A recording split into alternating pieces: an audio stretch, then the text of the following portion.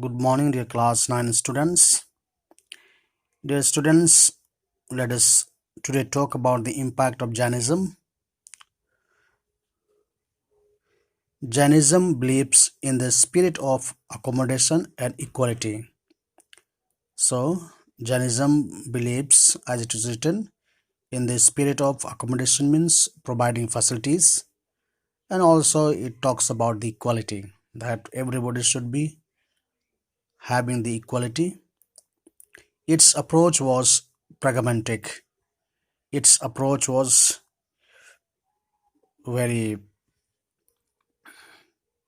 practical to the people. So it's it therefore had a profound impact on the political and social life of the people. Profound means the great impact on the political and the social life of the people. Let us talk a number political impact.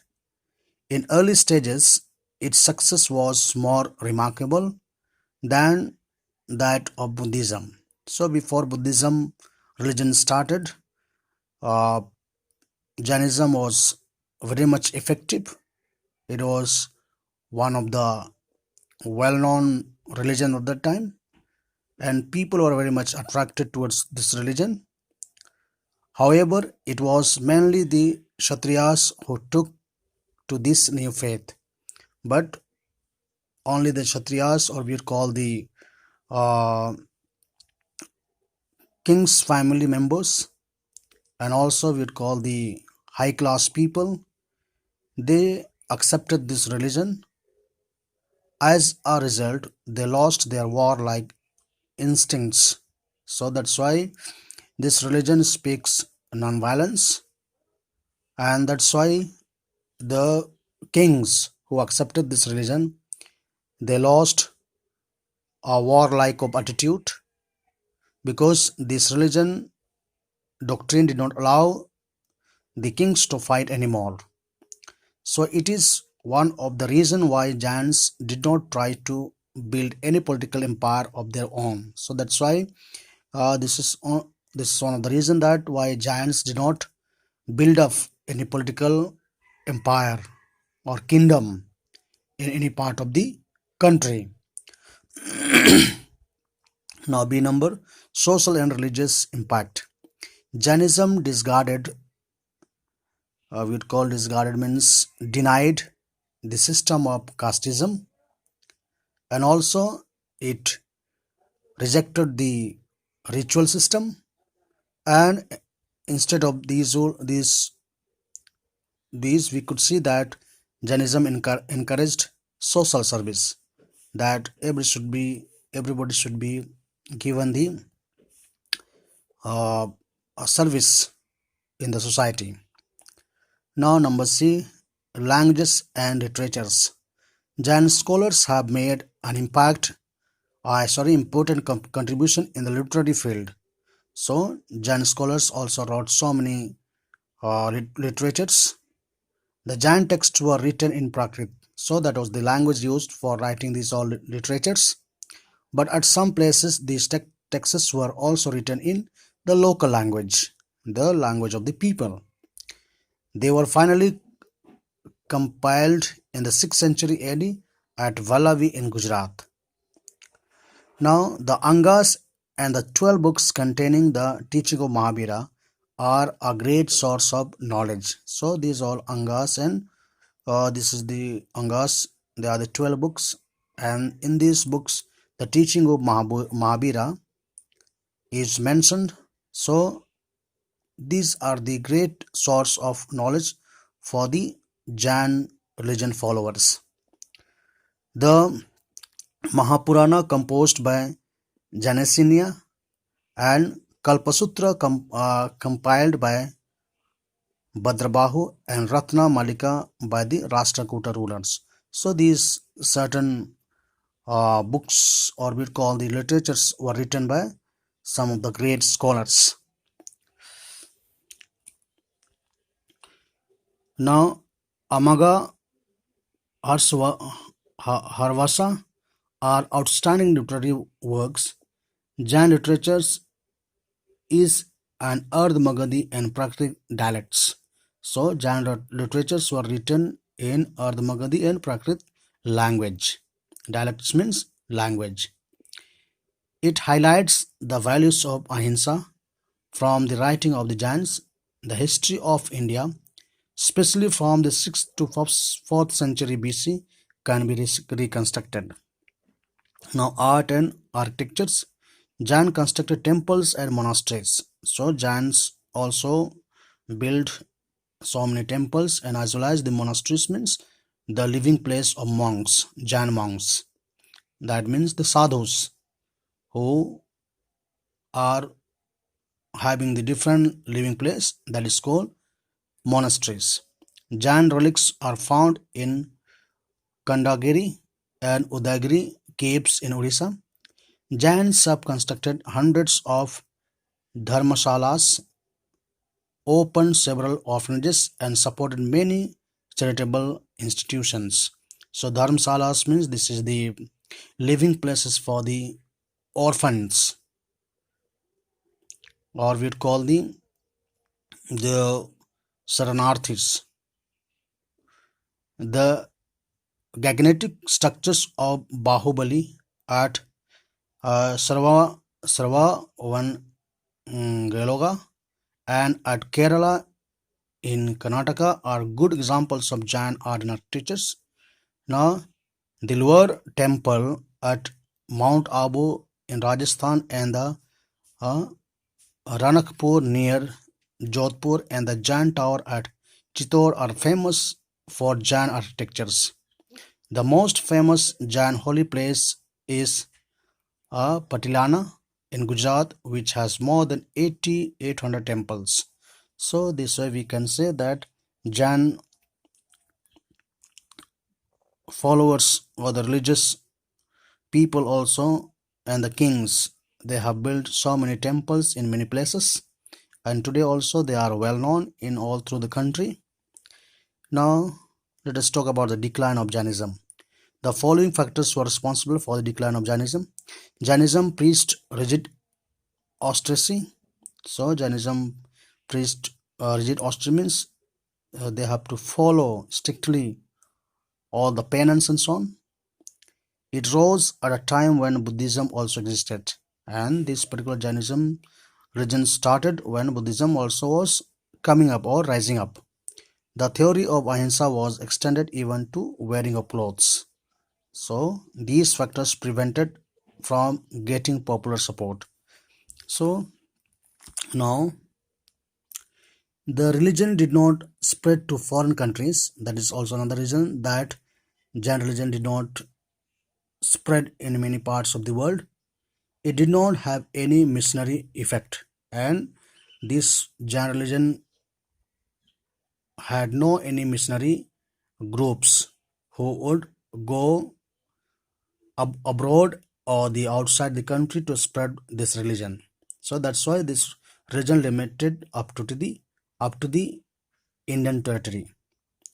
Now, number three, Jainism did not get royal patronage from contemporary rulers. So Jainism also did not get the royal support uh, time to time in the future, in the past, not future. In contrast, Buddhism received a large-scale support from Ashoka, Harsha, and Kanishka. Number four, though Jainism advocated equality of men, it did not do any totally with the high and low position in the society. Number five, during the Gupta periods and in later year, Hinduism once again became popular. Therefore, Jainism remained restricted to a few pockets or in the country. So, since now Hinduism also was once again becoming popular, so Jainism slowly lost its own impact and it only spread in few areas of the country. So this way we could see that Jainism slowly declined due to these all reasons. Let us continue the another topic in the another video, the second video. Dear class 9 students, let us continue the chapter with the topic Buddhism. Buddhism catered to religious striving of the time. So catered means provided to religious struggle of the time. So it was not easy for Buddhism to be effective at that time, because at that time both Hinduism and Jainism were more famous and more what's called impact effective to the people of the country. So Buddhism, in order to get its place, it has to struggle a lot in between of these two religions. It was a midway between Hinduism and Jainism. So Buddhism presented the ascetic tradition to Indian society. It had more followers abroad than in India. Buddhism is one of the imprint that India has left on other civilization. The background of and the causes for the rise of Jainism and Buddhism have already been presented earlier in the chapter. So now let us talk about Gautam Buddha.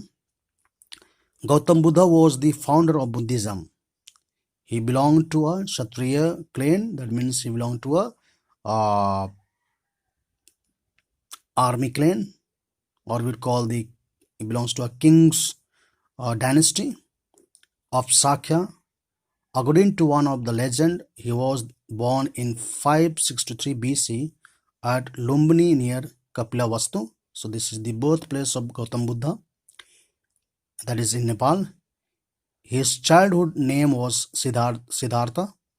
His father Suddhodana was the ruler of Kapilavastu. So Gautam Buddha was from a royal family, since his father was a ruler of Kapilavastu. Like Mahabira, he was inclined from his childhood. So he was also attracted to the religious things, and he was very much we'd call devotee to the religious practices and so on, towards spiritual pursuits and so on. So all the royal luxuries in which Gautam lived had no effect on him. So though Gautam Buddha was provided all the royal facilities, comforts, but even he did not have much, we'd call the interest on these all luxuries, on facilities. He was married at a young age to a princess called Yashodhara and had a son named Rahul. So in order to divert his mind from the religious things, his father got him married to a princess called Yashodhara, so that he may be much concerned to the political matters and may be much we'd call give attention to the kingdom, not in the religious things. But the great renunciation, let us say the great renunciation, once Gautam's charioteer was driving him through the town. So once Gautam Buddha was moving in the town on chariot, the appearance of an old man bent with age moved Gautama. So he saw on the way an old man with a bent body moving on the road. Again the sight of a sick man growing with a pain, and then after some distance he saw that a sick man is growing with a pain. Growing means kaharana, with the pain, was pathetic. The dead body of a man being carried from cremations made Gautam think about man's destiny. So these all three incidents, like he saw the old man and also he saw the sick man who was suffering with pain, and the dead body which was carried by the people for the cremation, or we call the for burial, for burial. So these all three incidents touched Gautam Buddha heart and mind very deeply, and he started thinking that after seeing these three incidents, he started thinking that what is the destiny of the men in this world. He he was consoled when he saw an ascetic in search of salvation. So he saw ascetic means a sadhu who was in search of salvation. These sites are known as the four great sites. So these all four incidents are called as a great sites of Gautam Buddha. So Gautam left home after seeing these all four incidents, his wife and child, in order to find a solution. So in order to find out the solution of these four incidents, the old man bending, the sick man having a lot of pain, and also a dead man was carried for cremation, and at last a sadhu who was moving in search of salvation. So these all four incidents made him to think Gautam Buddha, and that's why in order to get the answer of these all incidents, Gautam Buddha left home, his child and wife, in order to find out the solution of these all four problems. This event is known as Mahavisa Karmana, or the Great Renunciation. Now, enlightenment. After leaving home in search of truth, Gautam wandered from place to place. So, Gautam Buddha left home in search of truth, and he moved one place to the other. For some time, he studied under renowned teachers of Rajgira and then went to Gaya. He practiced severe penance. So he gave a lot of physical penance and lived a life of extreme austerity, and he became completely we call a sage, or he started living a sadhvic life. Finally, at the age of 35, Gautam attained enlightenment. So finally, Gautam Buddha achieved the great knowledge at Bodh Gaya in Bihar, and he got the answers of these all problems.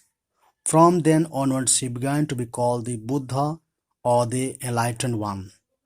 So finally, he achieved the answers of these all four problems, and that's why he is known as Buddha, or enlightened one. So dear students, these are the points. So you just go through and then or get the proper meaning of these all.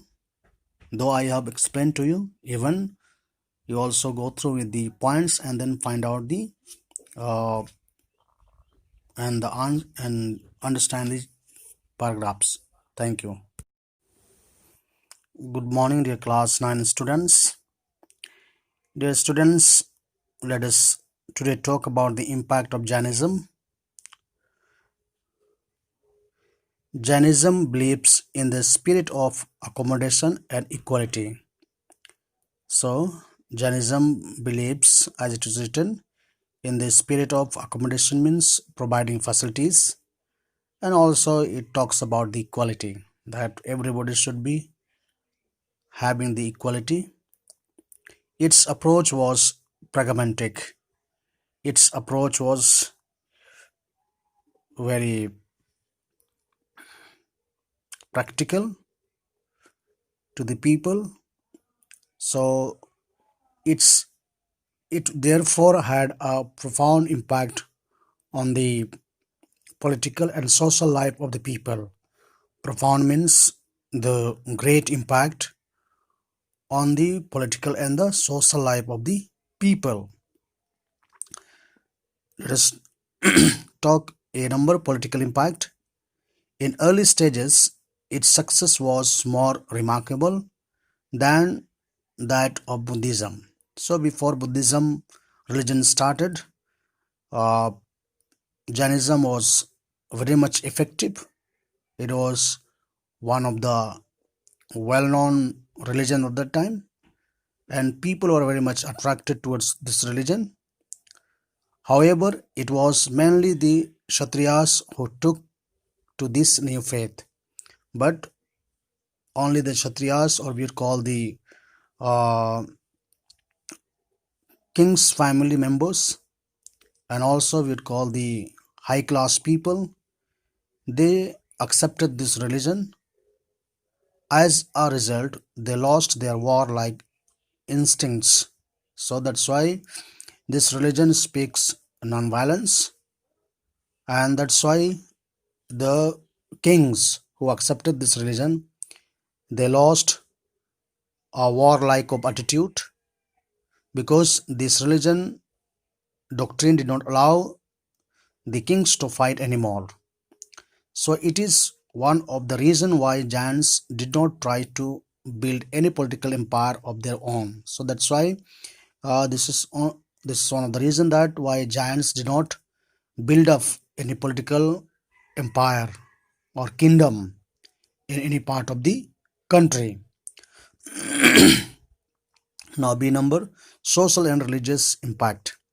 Jainism discarded, we would call discarded means denied the system of casteism, and also it rejected the ritual system, and instead of these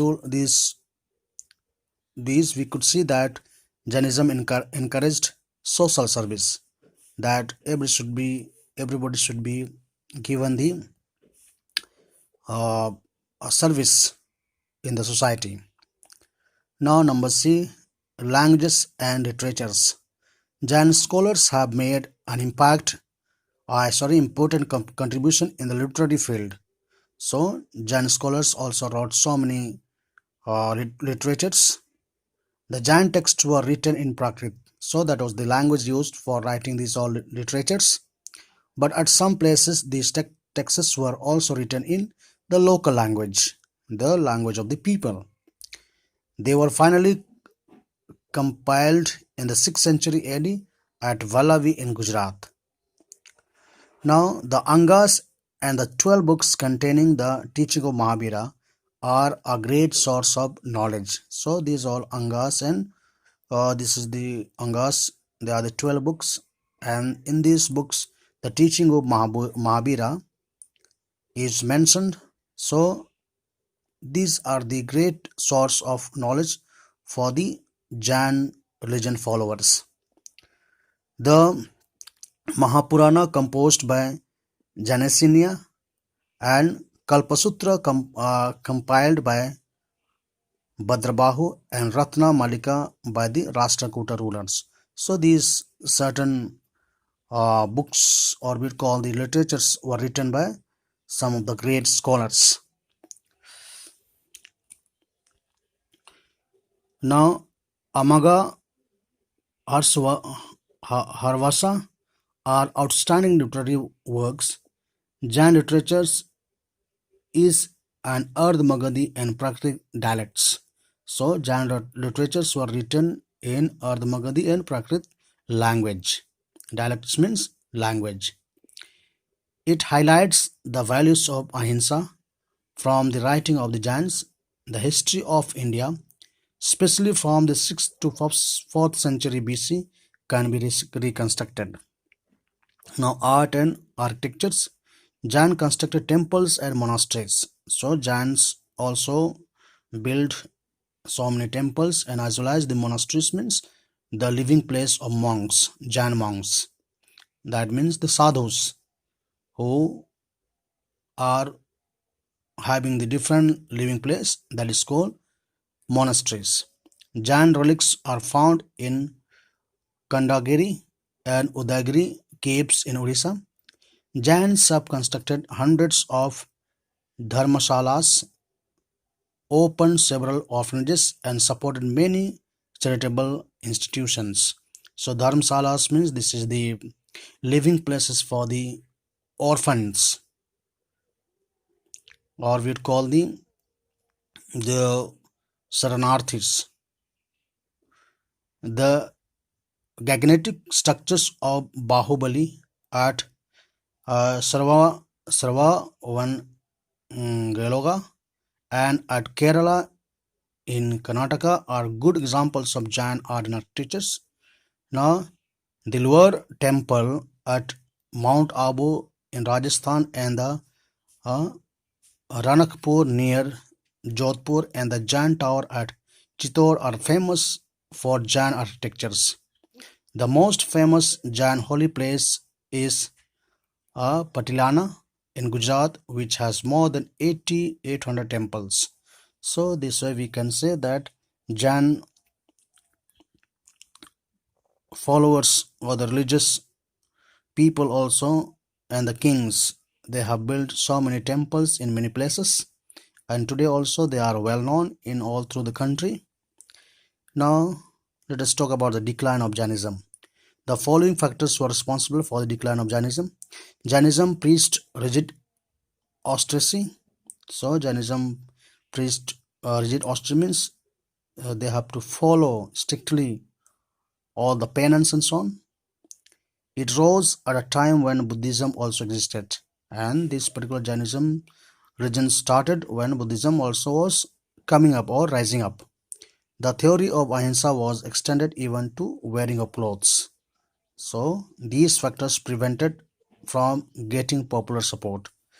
So now the religion did not spread to foreign countries. That is also another reason that Jain religion did not spread in many parts of the world.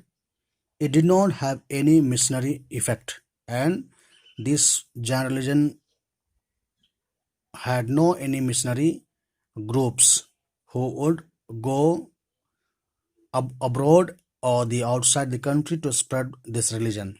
So that's why this religion limited up to the Indian territory. Now, number three, Jainism did not get royal patronage from contemporary rulers. So Jainism also did not get the royal support uh, time to time in the future, in the past, not future. In contrast, Buddhism received a large-scale support from Ashoka, Harsha, and Kanishka. Number four, though Jainism advocated equality of men, it did not do any totally with the high and low position in the society. Number five, during the Gupta periods and in later year, Hinduism once again became popular. Therefore, Jainism remained restricted to a few pockets or in the country. So, since now Hinduism also was once again becoming popular, so Jainism slowly lost its own impact and it only spread in few areas of the country. So this way we could see that Jainism slowly declined due to these all reasons. Let us continue the another topic in the another video, the second video.